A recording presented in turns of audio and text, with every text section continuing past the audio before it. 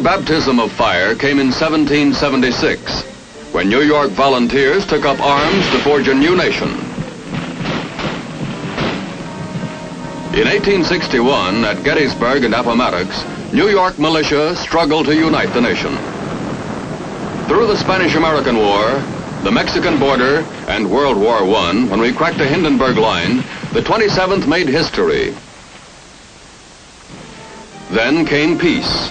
The citizen soldiers of the 27th continued to train. In the 30s, a shadow crossed the world.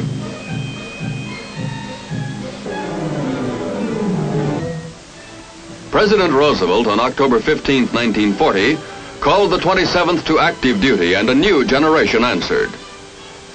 Our first selectees reported to Fort McClellan, Alabama, to receive basic training.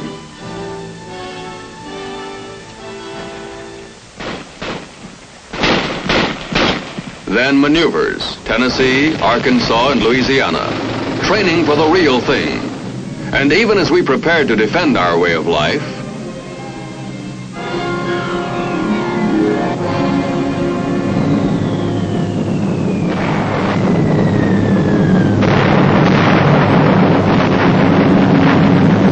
we moved to Fort Ord, California, took on replacements and new equipment, preparing to ship out. Underway, we first began to know the feeling of war.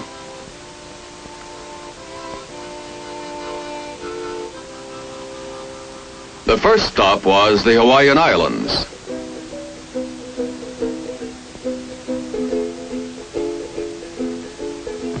While GIs were dug in at Bataan, we trained all over again, grew hard and tough.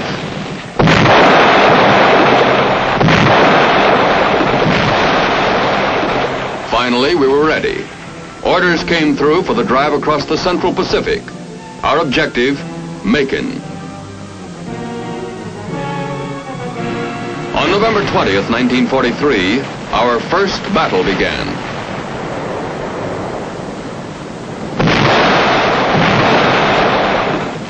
The opening round was fought by the fighting 69th Regiment.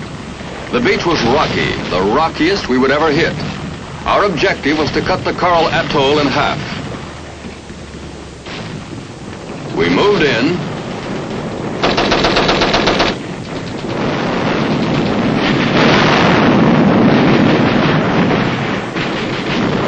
and found the enemy.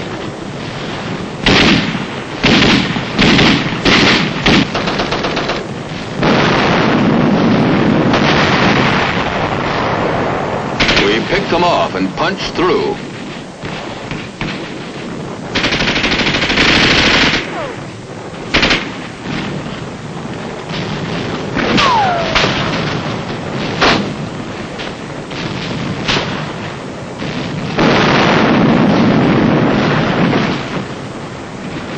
With tanks leading the way, infantrymen following on foot, and engineers blasting pillboxes, we became an unbeatable team.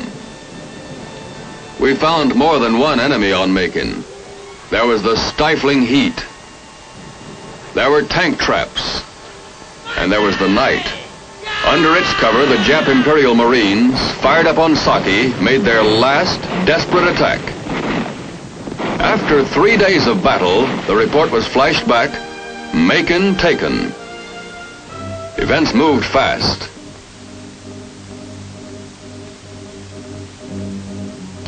The Jap main base was at Truk.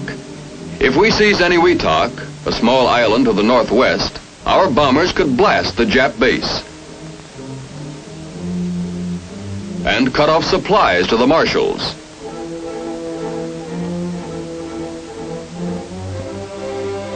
Navy's famous Task Force 58 pounded Truk.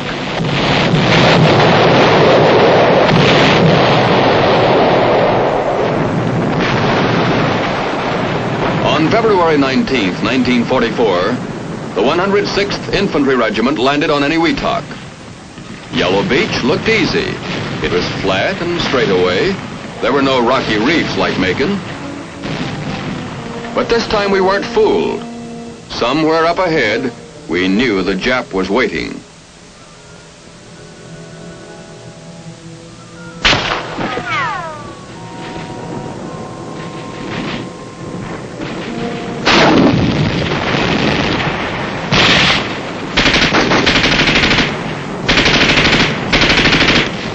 traded shell for shell, pounded them with mortar, and pushed on.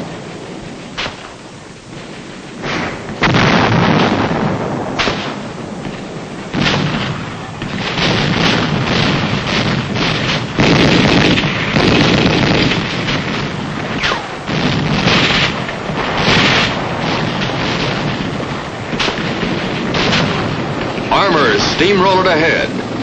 Palm trees offered good concealment, but we lacked observation for our mortars. In terrain like this, grenades supplied the answer.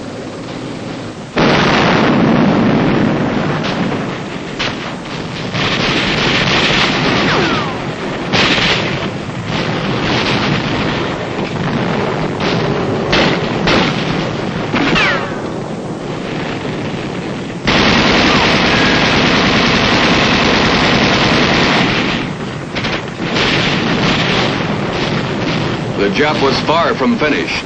In plenty of time, he'd set up mortars in the open. Our Air Corps went into action. They went underground, into trenches hidden by palm fronds.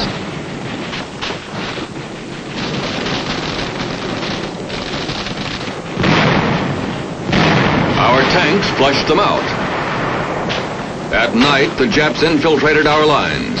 But by day, they didn't have a chance. We clipped them in the open, burned them out of shacks, rooted them out of foxholes.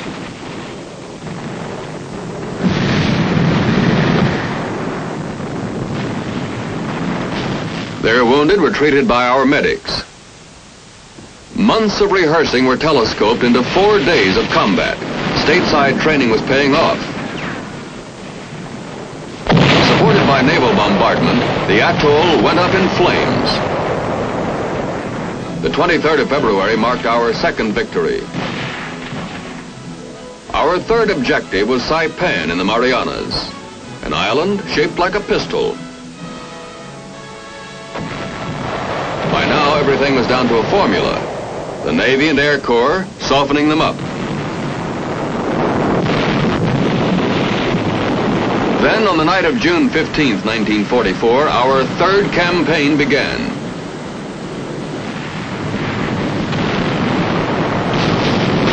This was the big one. No one spoke.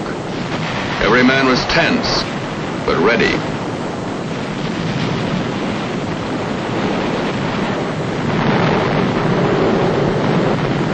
On the beach, we regrouped and prepared to move in again. This time, the whole gang was in on it. The 105th, 106th, and the 165th regiments. Artillery. Engineers, Signal Corps, Ordnance, everyone.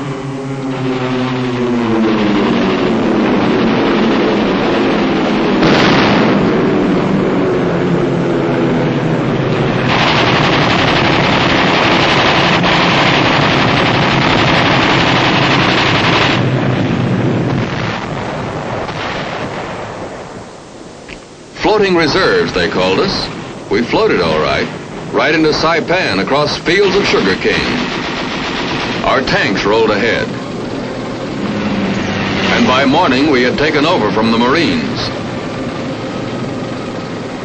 Our job was to take Aslito airfield on southern Saipan.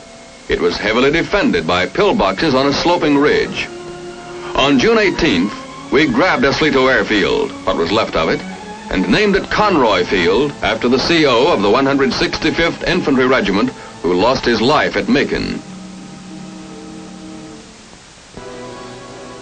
From there, we struck in a two-pronged attack, north to Magician Bay and east to Nafutan.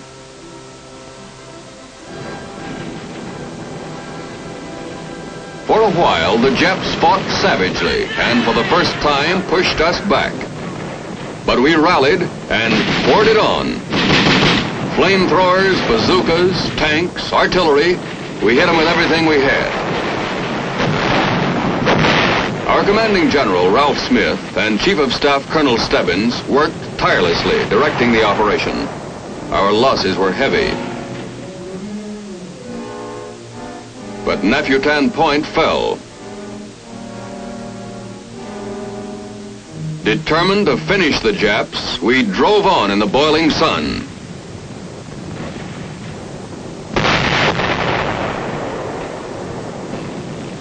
We beat off attack after attack. They couldn't stop us now.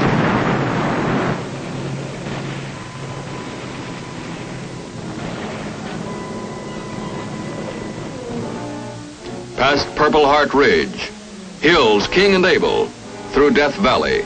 Northward we climbed to Tanapag, the great Jap naval base, with our objective, Marpi Point, at the northern tip of the island.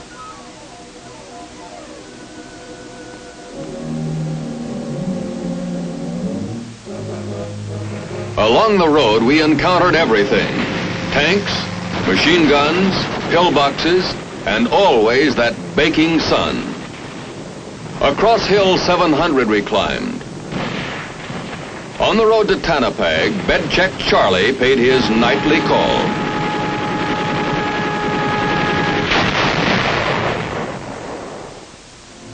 Over Hill 767 into Harakiri Gulch, where General Saito and his entire staff committed suicide. Then we turned north toward Marpi Point.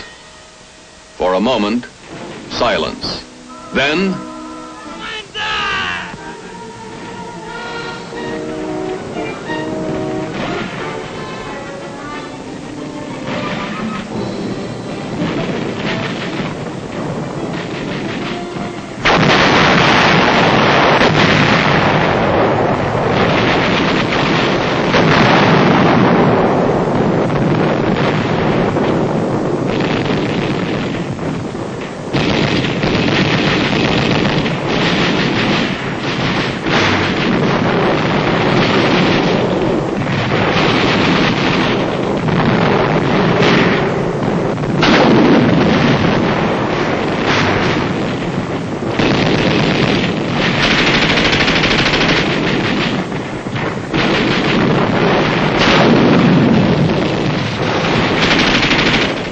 hundreds of our buddies were massacred, thousands wounded, but we buried over 4,000 of the fanatical enemy. The Medal of Honor was awarded posthumously to Sergeant Thomas Baker and to Lieutenant Colonel William J. O'Brien, both of the 105th Infantry. Saipan, July 7th, 1944, will not soon be forgotten by the 27th. 25 days after hitting Yellow Beach 2, our third campaign was over. Christmas was spent at Espiritu Santo, an island in the New Hebrides group east of Australia.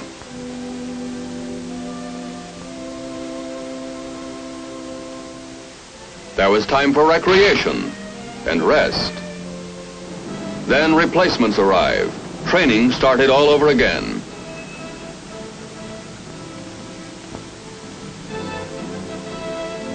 Veterans now, we perfected our teamwork and were ready to march again. The fourth campaign was about to begin.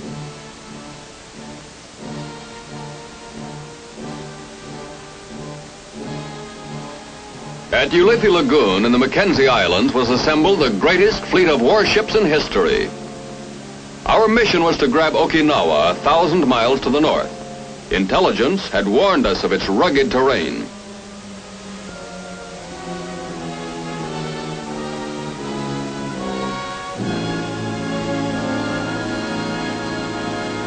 At night, the Navy laid down a withering bombardment.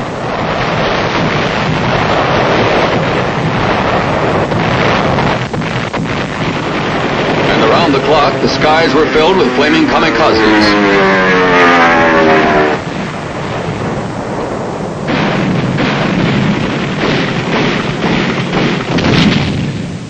H hour had arrived again for the 27th.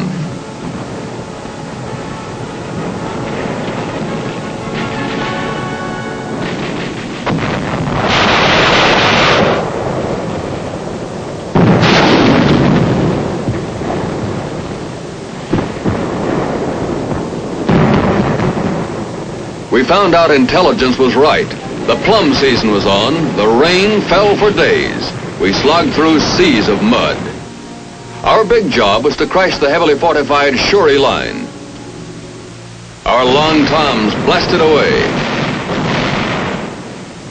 Howitzers went into action. 81 mortars pounded day and night. Navy Corsairs dropped rocket bombs. And the flame-spreading napalm.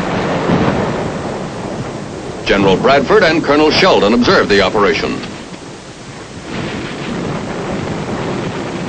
On the doorstep of Japan, the enemy put up bitter resistance. But battle-hardened veterans of 3 campaigns drove them back yard by yard.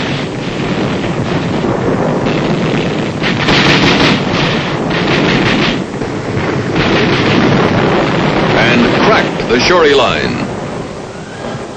Our next big objective was Mashinato Airfield.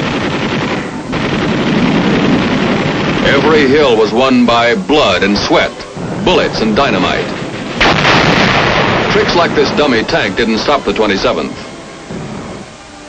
Mashinato Airfield. Dead Horse Gulch. Hill 78. Rotation Ridge. One after the other, Japan's defenses were overrun. Remembering Okinawa, the 27th will always think of the marching across mountains and streams, of how we destroyed the enemy and saved the innocent.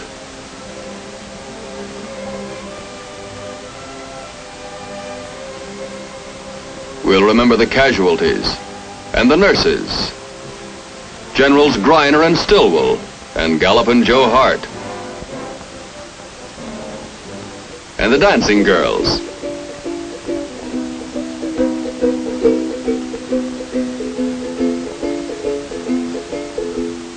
Vivid in our memories will be not only burning shacks and flaming hills, but also Operation Steak and Apples. And along with the job of taking prisoners,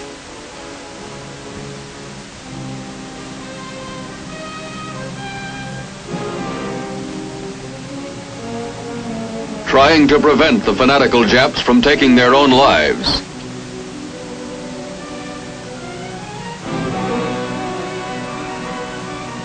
Okinawa will be remembered by the 27th as the end of the war. But one more job remained, occupation of Japan. Arriving at Atsugi Airport on September 7th, 1945, inspection was held by General Eichelberger. Then the big news, rotation and stateside. Stateside, a magic word meaning home, peace. We had come a long way since that day we left San Francisco, February 27th, 1942. Westward 2,000 miles to Hawaii. Onward to Makin, 2,000 miles. 800 miles to Eniwetok. Storming onto Saipan 1,000 miles away. 2,600 miles to Espiritu Santo. Then north again, 2,400 miles to Ulithi, Okinawa, and Japan. We had traveled almost 15,000 miles. And now the guns of the 27th are still, but ever on the alert to defend their country. Under the proud banner of Orion, New York's own.